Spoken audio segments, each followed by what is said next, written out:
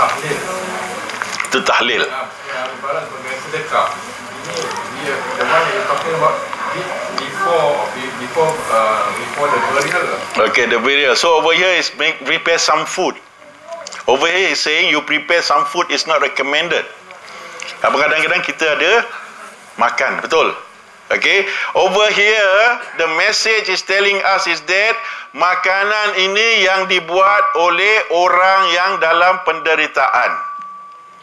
The family that those who are in the difficulties, those who are suffering from the calamity, not the person, the neighbors or your friend. No, it's haram for you pergi majlis. That's why you go and visit a dead body. After that you give takziah and you said, oh, come please cook something, man. I'm hungry. I haven't got my lunch yet. Itu haram.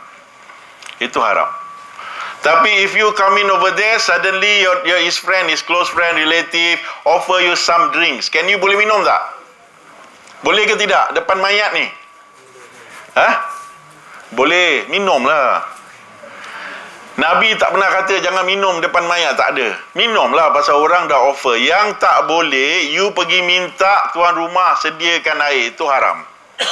We have to be careful on this thing. If something happen, musibah, do not cook for anyone. The neighbors, your relative will do something and prepare for those who comes in. But if someone prepare for you, if you want to eat, you eat. If you don't want to eat, never mind. Itu aja. Don't go and comment, ini is not from the prophet lah, itulah, inilah, itulah. Okay, it will never end. Yang haram itu kita pergi minta order, itu haram. Okay, clear right on this one. And from Jarir bin Abdullah al-Bajali radhiyallahu anhu, he said, kami menganggap berkumpul di rumah orang kematian dan membuat makanan sesudah mengubur itu termasuk dari niyayah. Niyaha. What's niyaha? Apa niyaha? What's niyayah? Apa tu? Kita dah belajar dah. Ada lupa ke? Kalau tak percaya, buka 3-4 pages back. Apa tu? Apa je? Tak tahu. Wailing. Merintih. Wail. Tak habis-habis. Masih menangis. Go and hit your own body. Okay, go and do something to your clothes or whatever. Go and cry. Go and hit your face. This is called niyaya. So over here, Jarir bin Abdullah Bajali, he said, it is considered for those who gather in the place where after a funeral and prepare food. Prepare food means is consider you are wailing. Over here means what? Yang membuat makanan tu siapa? Tuan rumah. If you are the host, you are not allowed to prepare food because you are in dengan setengah emotional. So you have to, don't worry about all this thing. Your close friend or your relative will prepare. Dan sunat bagi tetangga orang kematian itu atau kenalan nikah membuat makanan untuk keluarga yang kematian. That means it's recommended. Sunnah. If someone in difficulties, get your neighbors to prepare. Kita pakat-pakat lah. Bila ada kematian, we all go and ring each other. Kita discuss. You masak apa? I masak kuih. You masak apa? I masak nasi. For siapa? Untuk orang datang. Untuk siapa? Untuk keluarga yang dalam musibah. Itu recommended. Itu recommended. Yang tak recommended, you pergi masak macam-macam. You masak nasi apa? I masak nasi ambeng. You masak nasi apa? I masak nasi biryani. You masak nasi apa? Nasi lemak. Macam-macam nasi ada. Itu not recommended. Itu dah jadi pesta perut. Bukan pesta kematian, jadi pesta perut. Jadi kita tak nak. Itu yang consider yang haram. Dan juga haram membuat makanan untuk yang datang untuk membantu merintih. It's haram for you to cook, to give food for those who came, for those who come to do the wailing at that gathering. Itu haram. Pernah tengok tak orang wailing cakap Melayu merintih. Kalau bahasa kita meraung. Biasa common meraung Merintih tu bahasa baku, kita jarang pakai. Meraung. Terpakik, terpakik. Itu semua consider haram. Kita masak untuk ni dan juga bantu orang. Dia seorang dah menangis, kita join in lagi. Kasih kuat lagi, dengar kuat. Tak cukup pakai speaker lagi, pinjam Haji Mail. Lagi kuat dengar. Jadi orang tengok, wah macam sedih. Ini haram. Okay, this is consider haram. Jadi dekat sini nak cerita, orang yang membuat takziah ini adalah sunnah. So what is sunnah act? When you help to ease their difficulties. Kita bantu. Jadi kalau orang Melayu, biasa kita bantu dengan makanan dan juga keuangan, wang ringgit. Kita bantu. Kerana apa? Kerana nak ringankan beban dia. Sebab kadang-kadang bila orang dalam kematian, dia punya mind, dia jadi hipnosis, dia blank. Tak tahu apa nak buat. Betul, tak tahu apa nak buat. Lagi-lagi orang yang dia sayang. Lagi-lagi orang yang very close. Very, very close. Sebab tu kadang-kadang kita tengok, kadang-kadang ada anak yang dekat sangat dengan mak. Bila mak dia meninggal, dia boleh change. Dia boleh swap this girl. Banyak berlaku. Bila dah terlampau dekat sangat dengan mak dia, tiba-tiba mak dia meninggal, habis. Anak dia tak boleh terima. So all these things we need to look upon. Okay? Jadi kalau kita sayang sesuatu, kita kena tinggalkan. Sayang bini, kita tinggalkan. Betul ada pepatah dia? Betul ada jadi maknanya betul kat situ. Okay?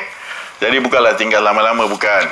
Okay, so over here we are talking about ta'ziyah. It's also highly recommended that you will be reward. And the other thing is that, but if you ta'ziyah and you gather not because of the sunnah, and you are talking about something not related with agama, deen, religion, then you are doing something a sinful act. Okay, jadi kita dah cover over here tentang takziah dan juga ziarah. Takziah dan juga membuat makanan untuk orang-orang yang datang meraung, pun hukum dia haram. Okay, now another thing kita discuss, since we are talking about this topic. Okay, I just want to clarify dengan you, just to make sure that we recap, okay, refresh, as long as we make sure that we steadfast our understanding. Okay, whenever we visit, there's a body there. Kita pergi visit a deceased, a dead body. What are the sunnah act that we need to do? The first thing. Dekat hospital ke, dekat rumah, tak kisahlah. Suddenly kita dengar ada kematian.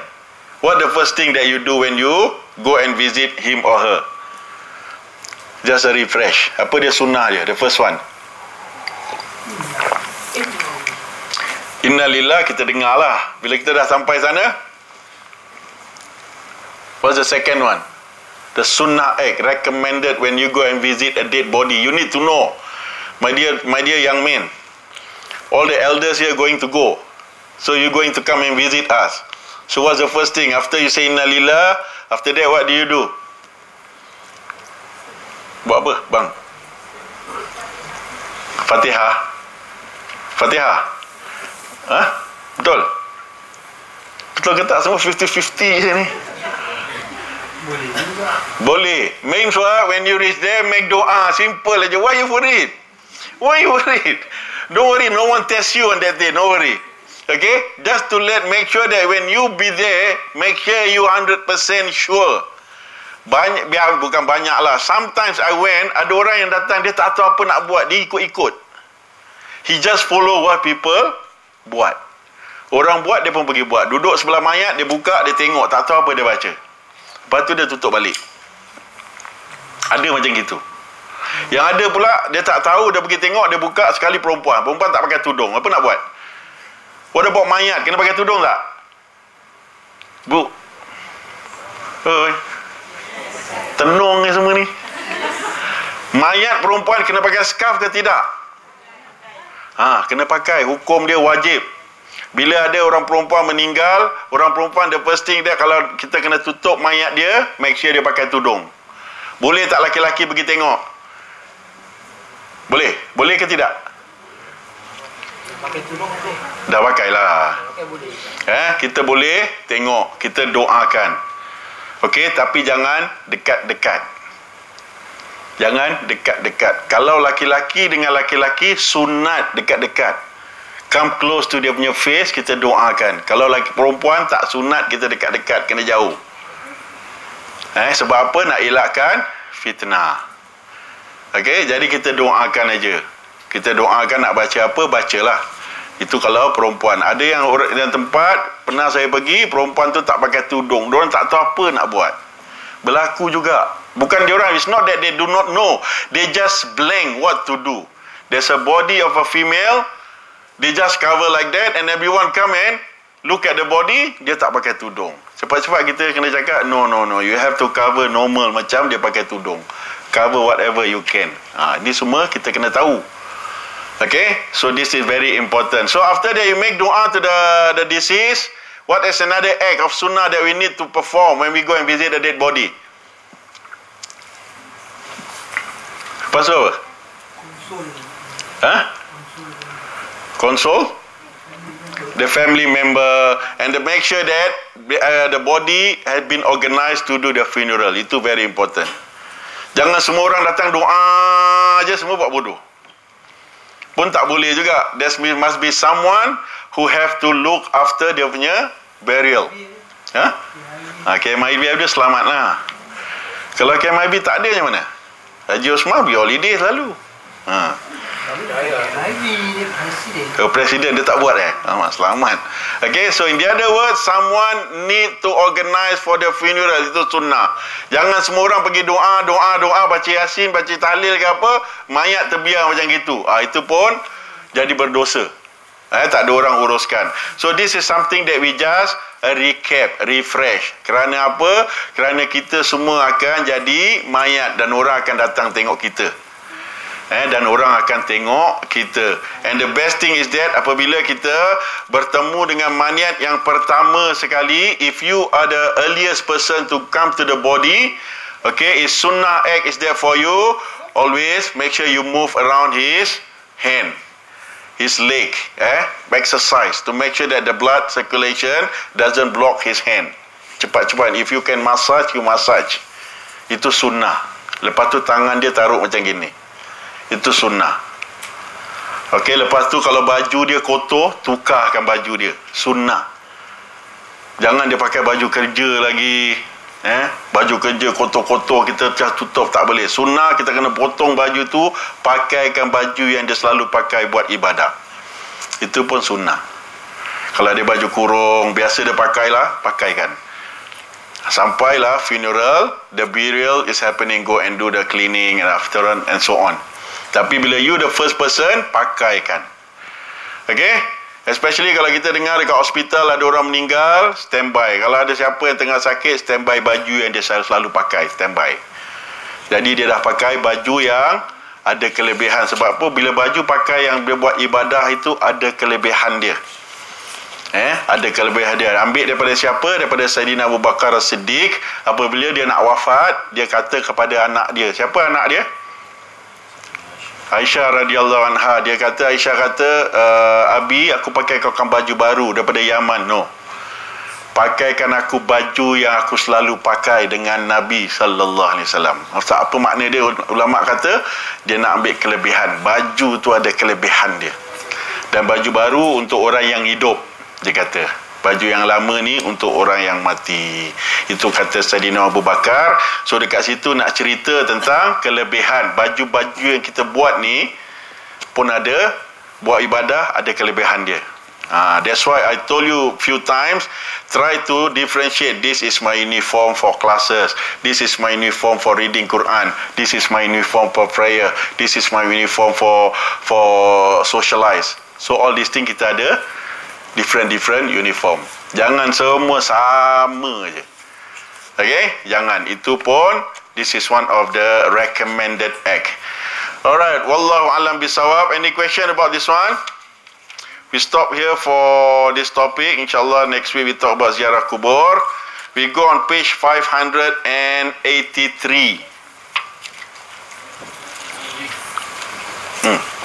Kita digalakkan memberi orang makan. Yes. Apa kata kalau macam tuan rumah yang dalam kematian, dia nak sedekah kasih orang makan masa kematian tu, Dia nak sedekah. Very good question. You are recommended to have a feast. Kasih orang makan. Very good recommended act. Tapi kalau dia nak masak, itu tak sunnah. Kena dia keluarkan duit, yes, pakai duit dia, boleh. Untuk nak kasih orang makan, boleh. Tapi kasih orang lain masak. Bukan dia. Bukan dia. Dia tak boleh masak. Itu yang banyak ulama semua tak setuju. Bila orang yang dalam kematian tu masak, tak boleh. Walaupun dia master chef, no. Kasih duit, this is my money, $1,000, get someone to do the cooking. Itu boleh. Panggil catering sini banyak. Okey, Haji Ani pun ada catering, boleh masak situ semua. So, boleh order. So, this is recommended. Wallahu alam. Ada question lain? Tak ada? Karim tak ada? Okay, alhamdulillah. Okey. Clear, makna clear tu. Line clear. Okey, bismillahirrahmanirrahim. Allahumma salli ala Sayyidina Muhammad. Allahumma salli wa sallim wa barik alaihi. On page 583, okay, we are talking about one topic is so important and so interesting. Okay, the topic is called nikah. The topic is talk about marriage. Okay, the topic is talking about male and female get together. This is very interesting topic, and this topic is highly recommended. Okay, we look. Bismillahirrahmanirrahim. Allahumma salli ala Sayyidina Muhammad. Over here, Allah Subhanahu wa Taala, He said that A'udzu billahi minasyaitonir rajim. Fankihu ma taba lakum minan nisa mathna wa thulatha wa ruba'. Suratun Nisa. Over here, Allah Subhanahu wa Taala said, indeed, okay, if you want, go and marry the women that you happy with, 2, 3 or 4. Okay, tapi dia stop dekat situ, 2, 3 or 4. Dia tak cakap satu. That means satu tu banyak. Dua tu sebab tu filem ni very interesting, betul? Dulu kita tak tahu saya memang tak tahu apa jawapan dia, tapi bila dah tahu, subhanallah, rupanya betul. Satu tu banyak. Dua kadang-kadang. Okay, so over here he said, if you want married a woman that you happy with, 2, 3 or 4. But it stopped there. Actually no, it carry on. But if you worried, Allah said you cannot be just, then one is enough for you. Tengok surah An-Nisa. Okay, it's in there. But over here, it's just to tell you that married is recommended. Okay, 2, 3 or 4. Ini untuk laki-laki aja. Perempuan tak boleh. Okay, perempuan tak boleh, hanya laki-laki. Okay, from Abdullah ibn Mas'ud radhiyallahu an, Rasulullah sallallahu alaihi wasallam, he said, ya ma'syaral syabab, man istata'a minkumul ba' tafalyatazawwajah fa innahu aghaddu libasari wa akhsalul farj wa man lam yastati' fa alayhi bis-sawmi fa innahu lahu wija. Over here, oh you young men, okay, oh you young men, those who are capable, okay, to marry physically, emotionally, then go and get married. Because why? Because married will protect you from watching or looking or doing something which is not you're supposed to watch. Okay, in the other words, to protect your desire by watching. Okay, and also to protect your private part from which is haram. Okay, and those siapa yang belum dapat, for those who still not capable, maka hendaklah berpuasa, menjaga diri dari zina, kerana puasa itu sebagai pencegahnya. So if you can't afford, then you are indeed have to fast. Nah, dekat sini question dia ulama differences. The scholars differences about this topic. Okay, over here he said, for those young men, pemuda. Okay, means what? Young men means what? Young men makna apa? Single. Young men bukan orang muda. It's not young men you can marry 2, 3 or 4. No, young men means what? Single. you belum kahwin, you go and married if you are capable. Capable means what? The first thing is that your desire is 100%. Kehendak tu tak salah Kita laki-laki ada kehendak Allah jadikan, itu fitrah. Perempuan pun sama, itu kehendak. When you think that I think I want to get married, I have to get married, I need to get married, whatever language you want to use, you have to inform your parent. Okay? So this is recommended highly, bukan wajib. Only wajib if you cannot control yourself, itu baru wajib. Tapi kalau you boleh control yourself, tak jadi wajib, jadi sunnah, kata ulama. Yang wajib ni orang yang dia punya willpower tu very strong. Dia tengok aja, wah, tengok ni nak kahwin dengan ni, tengok ni nak kahwin dengan ni, oi champion. Tu kena kahwin wajib. Okey, tapi yang biasa ni maknanya apa? If you are capable, because why? When you are married, you will be protected from doing something which is wrong in Islam, especially zina. Zina is very common. That's why zina ni, dia punya danger tu apa tau? Dia punya danger start zina from where? From eye, mata. Once kita dah tengok, dia pergi kat brain. Brain datang, dia go dekat kita punya iman. Kalau brain dengan iman, dia come together, tak apa. Tapi kalau dia against, iman cakap tak boleh, brain cakap no, I can take it. Dia ni borang dia lawa sangat. Macam Ariana Grande gitu. Wah, very. Marinda ke? Macam gitu punya, seksi ke apa. Ini contoh je lah. Contoh pun tengok juga ni. Okay? Tapi tengok news macam mana kan? Alright, so over here telling you is that if you see something which is haram, that's why you are recommended to marry. That means you have to come to your wife. Itu praktis Saidina Umar. Sebab tu Saidina Umar, even though he's so fierce, bini dia marah-marah pun dia tak kisah, dia diam aja. Sebab tu kita kena ikut Saidina Umar. Bila bini marah, dia diam. Jadi apa? Besok sahabat tanya, kenapa kau diam ya Umar? Sebab dia marah. I'm not counting on that, because why? She always protect me from doing sinful act, zina. Nampak? Itu Saidina Umar. Sebab tu kita laki-laki apabila tengok sesuatu yang menggairahkan, cepat-cepat pergi kepada isteri kita. Cepat-cepat. Sebab apa? Itu boleh menjauhkan daripada zina. Okey, kalau lambat-lambat nanti dia akan bertambah. Ini natural fitrah. Sebab tu kita disuruh. Tapi kalau orang yang boleh puasa, dia suruh berpuasa.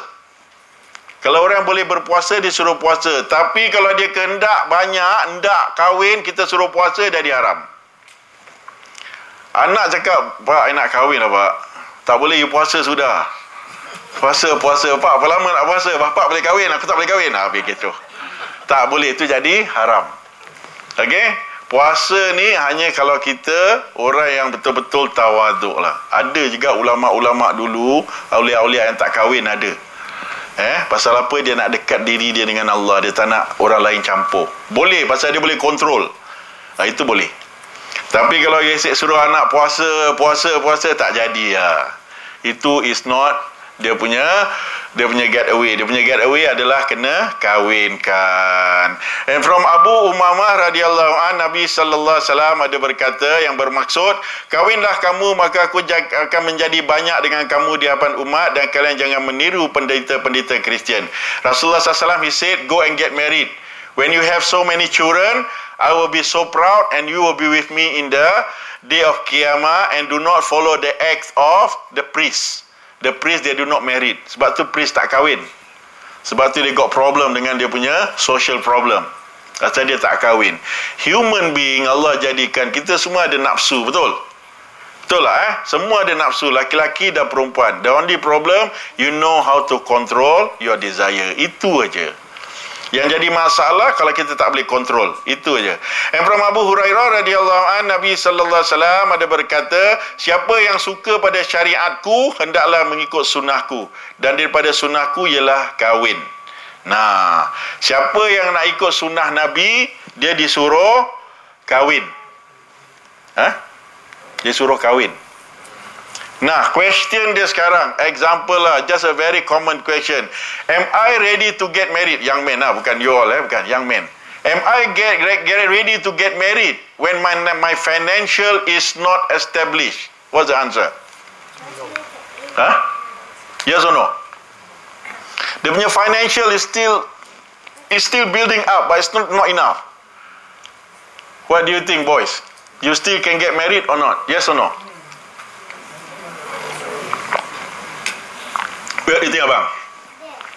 In the bank, you only got $3,000 lah. Example, $3,000. Nak kahwin dengan satu anak, mas kahwin, mak dia minta mas kahwin 30,000. Mati anak orang. Example lah. Okay, ini example aja. If that case, itu masalah besar. Mas kahwin ni adalah satu masalah yang paling besar terjadi pada orang Melayu kita. Paling besar, betul Betul. Banyaklah, ini kebanyakan lah, bukan semua, not all. Hantaran, bukan mas kahwin, hantaran. Dari mana datang hantaran pun tak tahu. Nabi SAW kata, paling berkat itu nikah. Nikah yang paling barakah adalah yang paling murah dan cepat. Itu dia. Paling murah, makna murah bukanlah $1, bukan. Maknanya that you are easy to organize. Itu yang berkah. Which you can afford. Ada orang berhutang, itu jadi haram. Okay, so man, if you think you are building up the money, you try to save now, you got $3,000 and you are ready, you're physically, emotionally you are ready, get married. If for me, go and get married.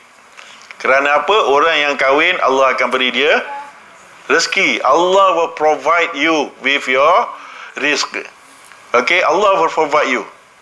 Sebab tu disuruh kahwin. Bila you kahwin, Allah akan double your financial. Before maybe you earn $2,000, because you kahwin, Allah will add up another $1,000, become $3,000. From who? Maybe from your wife, ataupun you get another something that Allah will provide. Sebab tu disuruh kahwin. Okay? Kahwin cepat-cepat, jangan lambat-lambat, nanti menyesal. So this is highly recommended. The only problem over here, let us discuss. We got 5 minutes to discuss. Now, I want to marry, but I want to go Hajj. Mana datang dulu? Married. Over here? Married. Over there? Married. Kenapa? I want to go Hajj this year, but I want to marry also this year. Mana datang dulu? Kahwin datang dulu. Kau main lagi. Semangat betul jawab. Pergi haji dulu. Okay. So if you got money, which one you have to choose? You have to go and marry first. Majority of the ulama kata go and marry first. Kata Imam Malik aja, if you can control, then you go to Hajj. If you can control, if not, married. Still married juga. Pasal apa? Nanti dia, when you get married, then you can bring the rest of the say, when you get married, then you can go bring to Hajj with your partner. That is the reason.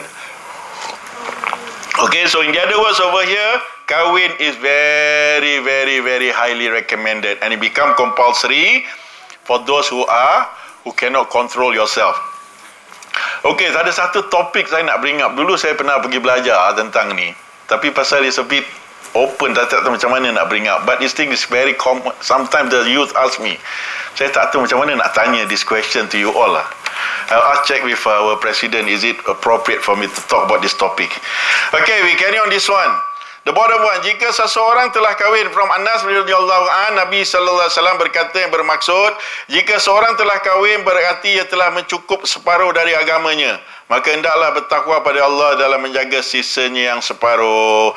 Nabi sallallahu alaihi wasallam, he said, for those who married, that means you have cover half of the iman, half of din, okay, of your religion, and the other half is to fear Allah subhanahu wa ta'ala. That means kahwin ni so huge.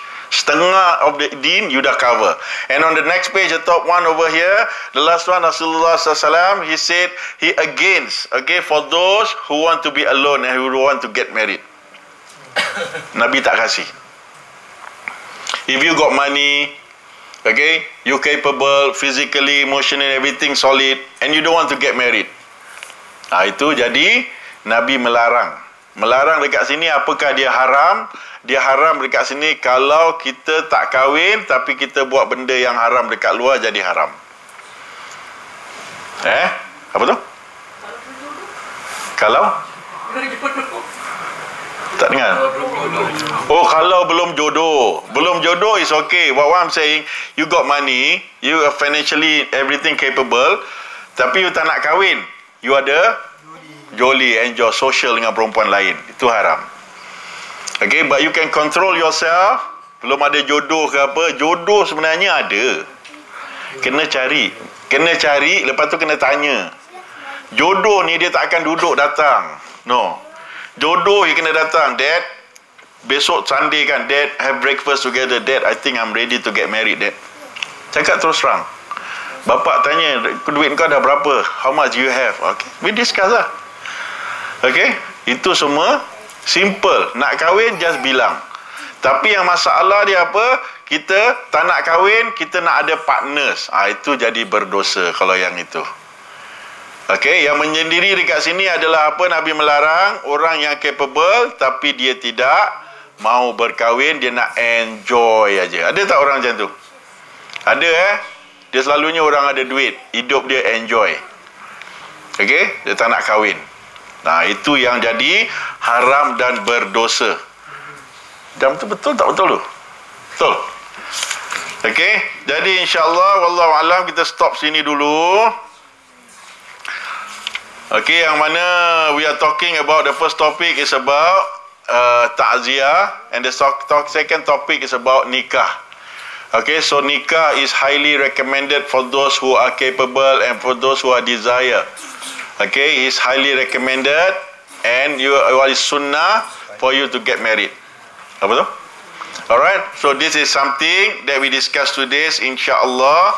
So one thing, my dear brothers and sisters in Islam, I like to discuss with you is that whatever we do in this world, remember that every act that we act upon, Allah will always reward. That's something that I would like to share. And selalu ingatkan, apa amalan kita semua Allah yang akan balas, bukan manusia. Jangan manusia kata apa kau buat ni semua tak ada pahala. Jangan involve in this kind of situation or discussion. There's someone that I went in that discussion, they say whatever you do is not accepted by Allah, you will not be rewarded. Dia involve Allah punya authority. Who are you to reward a person? Who are you to go and say someone who are doing sinful act, and as long as it's not 100% agreed in the Quran and the Sunnah and the scholars, that is different. Tapi something that only from some scholars don't go and interfere, itu amalan kita tak diterima lah, ditolak lah, dihapalah, macam-macam. Ini berlaku sekarang. Kerana apa? Kerana kadang-kadang ilmu tu very important. Very important ilmu. Kalau tak apa ilmu, kita akan jadi apa? Blind. When you are blind, then you do all the act that you thought is right through your ideology. Itu yang bahaya. Jadi mudah-mudahan, any question tak ada about nikah tak ada? Tak ada? Alright? Tak ada nikah tak ada Jangan tanya nak nikah nombor dua boleh? Ada? Nak nikah nombor 2 boleh ke tak boleh, itu semua question kena tanya private, tak boleh depan orang ramai. Okay, jangan tanya. Tapi very interesting topic tau, bila cakap can we marry another one, can I marry another one, this very common topic. So that's why kita kena hati-hati. Kalau ada negeri dia kasih kahwin 2, dia kasih, saya garanti awak pergi Indonesia dia kasih. Malaysia 50-50, Indonesia you pergi Patani, they will married dua-dua. Boleh.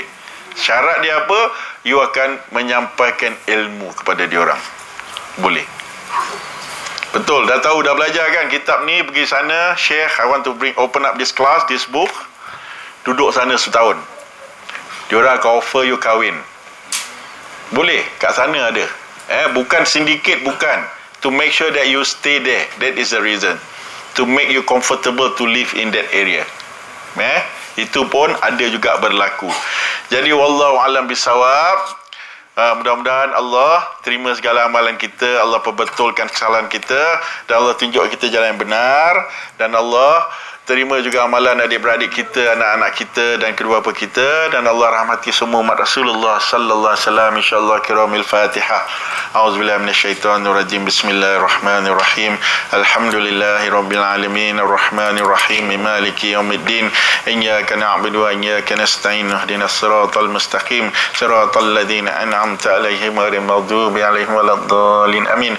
Bismillahirrahmanirrahim. Nas'aluka ya من هو الله لا إله إلا هو الرحمن الرحيم الملك القدوس السلام المؤمن المهيمن العزيز الجبار المتكبر الخالق البارئ المصور الغفار القهاب الوهاب الرزاق الفتاه العليم القابض الباسط الخافض الرافع المعز المذل السميع البصير الحكم العدل اللطيف الخبير العليم العظيم الغفور الشكور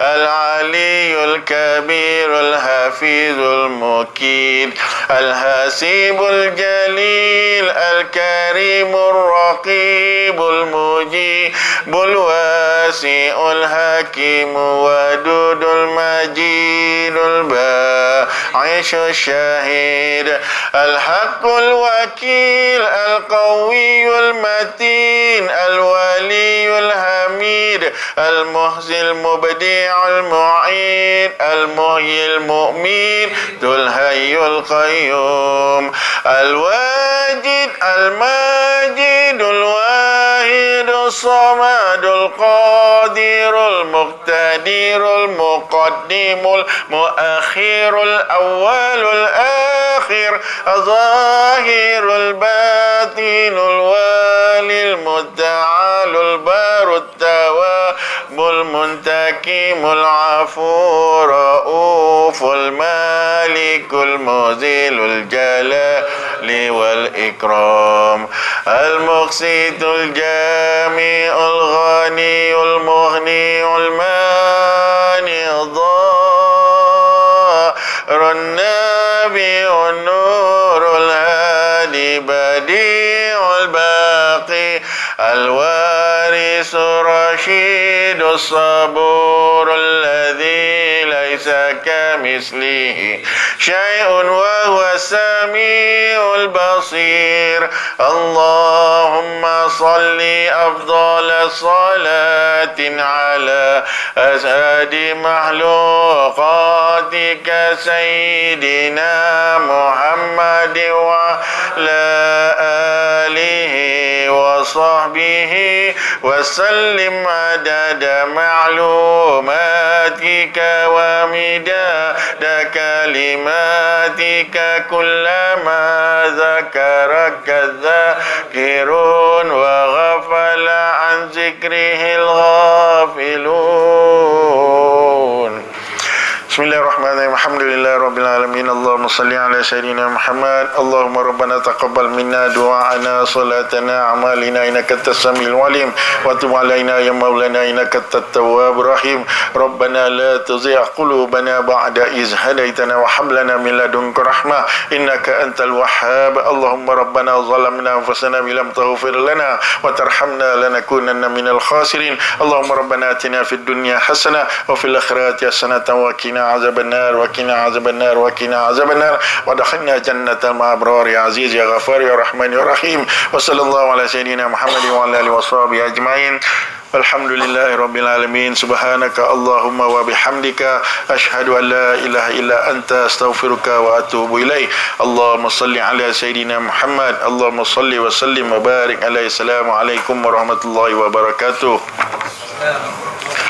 الحمد لله. Azan. Just quick announcement, tomorrow 5 o'clock dekat Tanet, Syekh Afifuddin we're going to give tazkirah. Syekh Maulana Afifuddin is coming down tomorrow dekat Tarnet Learning Center, 5 o'clock over there. Tazkirah for those who are free, want to come down tomorrow, insyaAllah.